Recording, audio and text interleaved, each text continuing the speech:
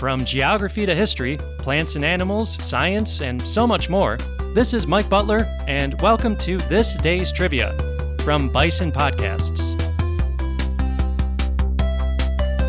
Each episode, we dive into 5 unique trivia topics, all tied to today's date, and our trusty randomizer wheel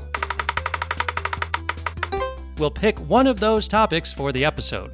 Get ready for 16 fast-paced trivia questions with just 5 seconds between each question. Perfect for testing your knowledge solo or with friends and family. At home or on your next road trip. So buckle up. It's time for this day's trivia. Today is October 4th. Get out your pen and paper to tally up your score. It's time for this day's trivia. Here we go. Number 1, born on this day, October 4th, 1895, in the U.S. state of Kansas, comedian legend Buster Keaton. Known as the Great Stone Face for his deadpan expression, Keaton made a name for himself in silent films, with a cache of talent rivaling that of his contemporary, Charlie Chaplin. While perhaps not as iconic as Chaplin of that era, certainly just as important in the development of film comedy. Question number 2, Happy Independence Day to Lesotho, a landlocked nation located entirely within South Africa. This is known as an enclave. Before Lesotho's independence came in 1966, it had been under British sovereignty and known on maps by the name of Basuto Land. Topic number 3, dying on this day in the year 1970, Janis Joplin, influential rock and roll vocalist who rose to fame in the 1960s. Known for her powerful bluesy vocals, she died of an accidental drug overdose at the age of 27, making her one of the 27 Club mentioned before on this podcast. Topic number 4, October 4th is National Cinnamon Bun Day in Sweden. We have many silly themed days around the world, but this one has really stuck and made an impression on the Swedes. The day was invented in 1999 by Sweden's Home Baking Council as, quote, tribute to our most beloved bun and those who bake it. One ethnologist says its endurance has to do with Sweden's desire for a new national identity in the 21st century. I don't know. Are you in Sweden? Write into the podcast and tell us more. What does this day mean to you? thisdaystrivia@gmail.com. Topic number 5, another talent taken from us too soon. On October 4th, 1989, legendary comedian Graham Chapman, a founding member of the British comedy troupe Monty Python. He, along with comedic heavyweights John Cleese, Michael Palin, Terry Jones, Eric Idle, and Terry Gilliam, created Monty Python's Flying Circus, which first aired on television in 1969. Chapman was openly bisexual and an advocate for gay rights, helping to co-found the publication Gay News all the way back in 1972. Britain being less tolerant back then, you can imagine this ruffled some feathers. A little anecdote picked up from TCM.com. Once, a Mighty Python viewer wrote in to express her outrage over Chapman's being so open about his sexuality in a TV interview. Fellow Python member Eric Idle wrote back telling the listener that they had, quote, taken him outside and killed him, unquote. Today's topic will be Buster Keaton. This one goes out to Kira, who, at just 10 years old, is helping to keep the appreciation for this comedic legend alive, 100 years after Keaton's height of fame. Personally, I have watched many of his brilliant films and admire him even more than Chaplin, and, as we'll discover in this episode, my preference may stem, at least in part, from Keaton's more genuine character compared to Chaplin's manipulative nature. Number 1, born into a vaudeville family in the tiny American town of Piqua, Kansas, in 1895, young Buster would start performing himself with his family up on stage at what age? Answer: believe it or not, he was only 3 years old when he began performing with the Keatons on stage.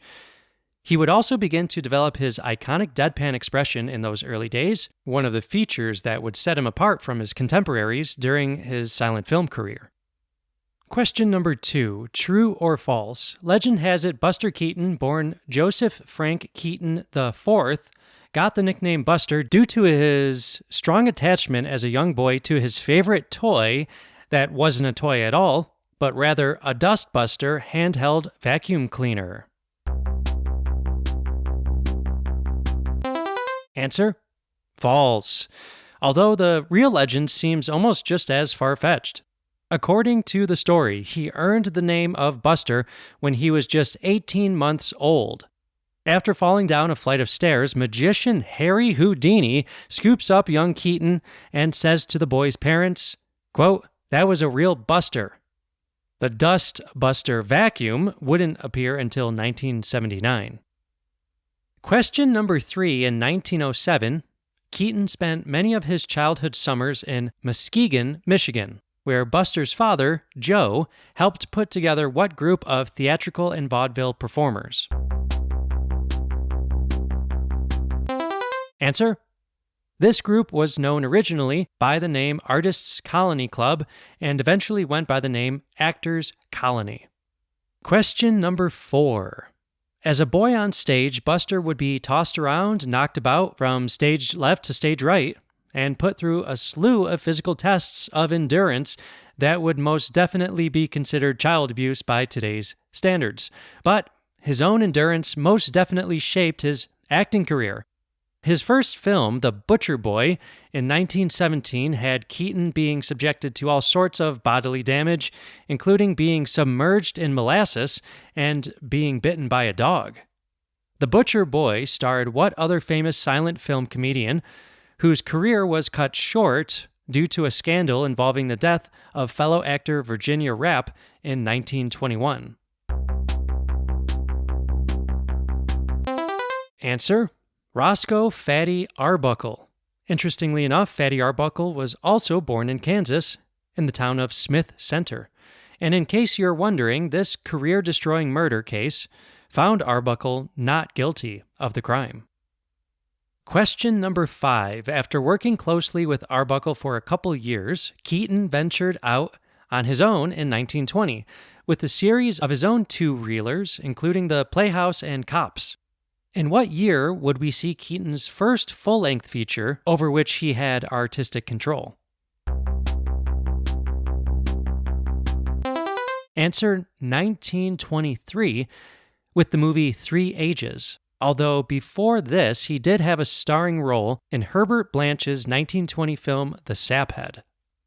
Let's take a look at some of Keaton's most famous films by focusing on the amazing stunts and ensuing bodily harm that he went through filming said classics. Question number 6. In 1924, Keaton released Sherlock Jr., a film about a projectionist who dreams of being a detective. In one scene, we see Keaton walking on a moving boxcar. He grabs a water spout, after which water unexpectedly flooded down over Keaton's body, causing what injury? Answer: the fall broke his neck. The extent of the damage went unknown for years after the filming. Question number 7, often considered his most enduring film, and by many to be a masterpiece, what 1926 film also had Keaton performing his own stunts involving trains, having Keaton perched on some of the most dangerous moving parts of a real moving train? Answer: The General. Number 8, while perhaps not as well known today as The General, 1928's Steamboat Bill Jr. features a scene that may well be Keaton's most iconic moment in cinema. In the scene, Keaton narrowly avoids being crushed by what large object, which could have killed him had he been just a couple inches further to the left or right when it fell. Answer: an entire side of a house. It's quite a sight to see. Head on over to the Patreon page of today's episode to see a clip of the falling house scene. True or false? Keaton also directed a full-length 6-reeler called The Kid, starring a young Jackie Coogan. Answer: false. Nope, that was a Charlie Chaplin film. Number 10 on the subject of Chaplin, answer true or false. Chaplin and Keaton, competing for laughs on the silent screen, were bitter enemies who did not want anything to do with one another. Answer: false. By most reports, any rivalry they had between each other was rather friendly. They once had a contest to see who could use the fewest amount of title cards in a film, for example. They were friends off-screen, with Keaton once quoted as saying, quote, "We spoke the same language," unquote. Keaton also was cast in Chaplin's 1952 movie Limelight. Number 11, despite having considerable success in the 1920s, what major change to the film industry starting in the late 20s would put an end to Keaton's rising stardom? Answer: talkies, films with sound. By the early 30s, most major films coming out of Hollywood had sound. Question number 12. Keaton's career did not vanish, however, and by the 50s, he was starting to see a bit of a revival. Aside from 1952's Limelight, what Billy Wilder film from the early 50s about an aging silent film star featured Keaton playing a role as himself? Answer: Sunset Boulevard. Number 13. In 1956, Keaton was paid $50,000 by Paramount so that they could do what? Answer: so that Paramount could have the film rights to create a biopic, which they released in 1957 under the title The Buster Keaton Story. Question number 14. Keaton also did some notable TV roles, appearing in 1961 on what TV series in an episode about time travel? Here's a hint. This series was mentioned on the podcast in our episode on September 13th. Answer: The Twilight Zone. Buster plays a janitor who gets sent from the year 1890 into 1962 using a time machine helmet. Question number 15. Buster Keaton died in 1966, but before his death, later in his life, he was honored on several notable occasions, including being given an honorary award at the 32nd annual event known as what? Which celebrates notable achievements in the film industry. Answer: the Academy Awards. He was presented the Oscar on stage at the ceremonies. According to the Academy of Motion Picture Arts and Sciences website, Keaton had no idea he was to get an award. Buster's wife, Eleanor, recalls that he was, quote, all choked up upon receiving the award. He accepted the statue, murmured, "Thank you," and walked slowly back to his seat without a shadow of a smile, unquote. Question 16, it's time for the tie-in round.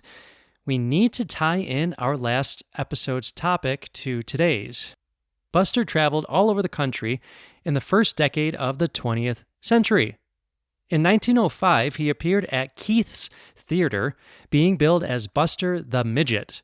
In what city, known for many things, but for the sake of this tie-in round, known for being the birthplace and home of notable founding fathers of the United States, including one Samuel Adams, the topic of our last episode?